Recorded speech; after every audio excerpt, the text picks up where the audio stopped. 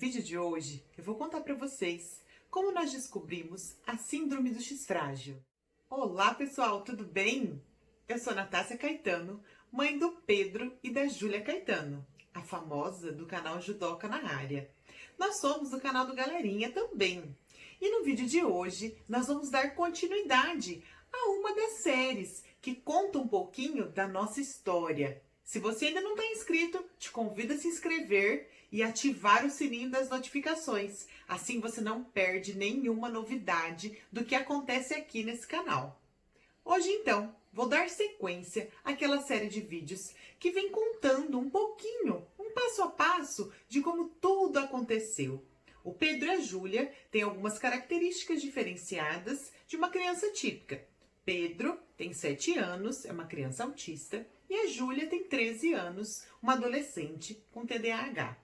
Ambos foram diagnosticados em épocas diferentes e após uma longa caminhada. Vou deixar aqui na descrição os vídeos anteriores que tratam um pouquinho desse conteúdo, onde a gente contou para vocês como tudo aconteceu. Mas, até então, a mamãe não tinha comentado sobre uma situação que demorou algum tempo para que a gente pudesse descobrir e que foi fundamental no diagnóstico tanto do Pedro quanto da Júlia.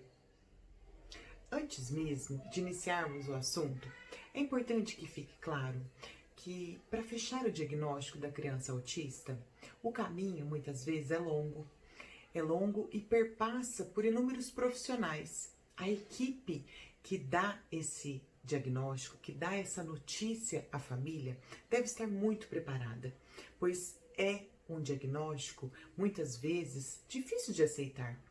Para nós, que iniciamos a caminhada muito antes do diagnóstico, se você já conhece a nossa história, já está inscrito, já assistiu alguns vídeos, vai entender sobre o que eu estou falando. Nossa caminhada começou muito cedo, não tão cedo quanto desejávamos, pois passamos por alguns profissionais que infelizmente não nos deram o suporte necessário, mas iniciamos muito antes do laudo, muito antes do diagnóstico fechado. Pedro é uma criança que teve o seu laudo fechado apenas com quase 6 anos, mas os tratamentos todos iniciaram quando ele tinha ainda 3 anos e meio. E isso foi fundamental, foi muito positivo para o desenvolvimento dele. Mas o que nos levou, então, a fechar esse diagnóstico? Muitas vezes a criança autista, ela passa por inúmeros profissionais que não detecta logo de primeira, na primeira consulta, os sinais ou todos os sinais na primeira avaliação. Conosco não foi diferente, mas em um dos neuros, depois de passar por vários neuros, um dos neuros que está conosco até hoje, nos atende até hoje, pediu um exame que a gente ainda não tinha feito, devido a uma suspeita que a psicóloga levantou, a uma hipótese que ela levantou, e então ele sugeriu que nós fizéssemos, que o Pedro fizesse a princípio esse exame, que é o exame do X frágil. É uma síndrome já não tão rara, mas que pouquíssimos médicos conhecem e pode desencadear características relacionadas ao autismo. E depois nós fomos descobrir que também está relacionada ao TDAH.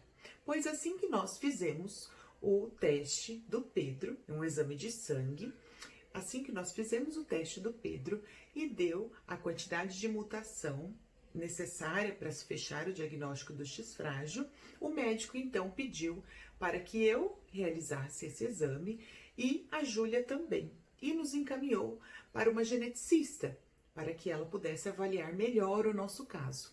E foi então que nós descobrimos que nós somos uma família de X frágil. Eu tenho, a Júlia tem e o Pedro tem. E por que apenas a mãe fazer esse exame?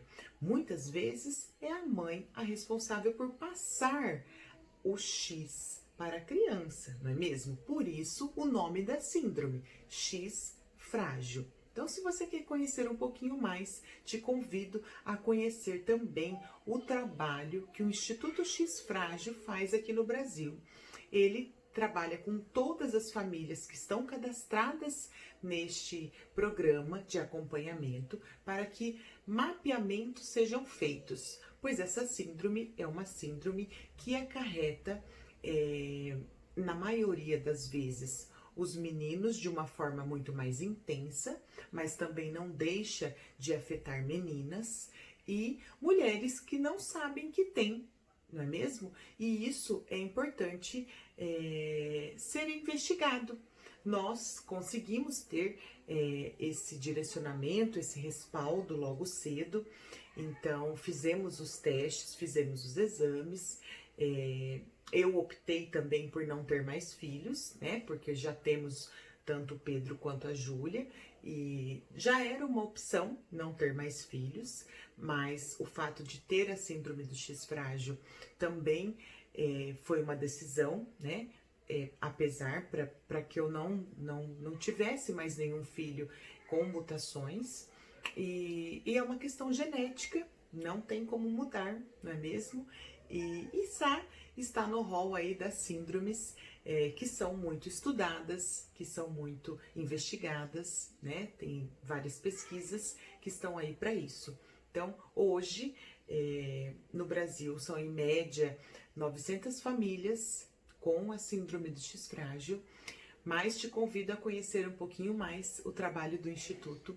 É um trabalho muito bacana. E como nós tivemos esse resultado do exame, foi possível, então, fechar o diagnóstico do Pedro, que até então não era um diagnóstico fechado, era um diagnóstico que estava em processo de análise, em processo de investigação.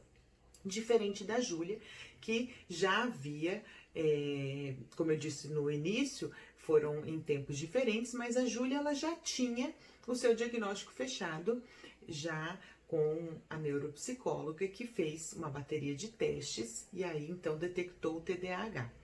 Mas o Pedrinho a gente ainda não tinha fechado, né? Todo esse diagnóstico, ele passou por avaliações, ele passou por psicólogos, ele já vinha sendo avaliado por outras terapeutas, e aí então a partir do momento que nós realizamos esse exame e deu o resultado, nós conseguimos então fechar esse diagnóstico. E eu trouxe esse assunto aqui, é um assunto que está presente na nossa família há 1 ano, tem 1 ano que nós descobrimos a síndrome do X frágil, e a gente consegue conviver tendo todos os acompanhamentos necessários, com fono, com terapeuta ocupacional, com psicólogo, psicopedagogo, neurologista, geneticista, com toda essa equipe multidisciplinar, a gente consegue dar o suporte necessário que as crianças precisam e assim atender as demandas diárias, né? Atender as demandas acadêmicas e de vida prática, de vida social que eles precisam, que eles têm. Então, se você tem aí na sua casa ou na sua família ou no seu convívio algumas pessoas, algumas crianças que despertam em você alguma curiosidade devido ao comportamento, devido ao desenvolvimento, busque ajuda, busque alguma pessoa que tenha um conhecimento sobre desenvolvimento humano, sobre comportamentos diferenciados, pois com certeza aquela família está precisando de apoio. Aqui no nosso canal a gente procura trazer essas reflexões, pois nós não estamos sozinhos. Eu sempre digo, uma família que tem crianças especiais com deficiência não está sozinha, pois sempre tem alguém para dar um apoio, uma palavra amiga, um direcionamento, uma conversa. Se você gostou desse vídeo, Não esqueça de deixar o seu like, para nós é muito importante. Comente aqui o que você está achando também dos nossos conteúdos, do formato como é apresentado. Siga a mamãe lá no Instagram. Lá no Instagram, a mamãe costuma deixar um pouquinho da nossa rotina diária, tudo que acontece aqui, os nossos desafios, as nossas aventuras. E é isso, um beijo e até o próximo vídeo.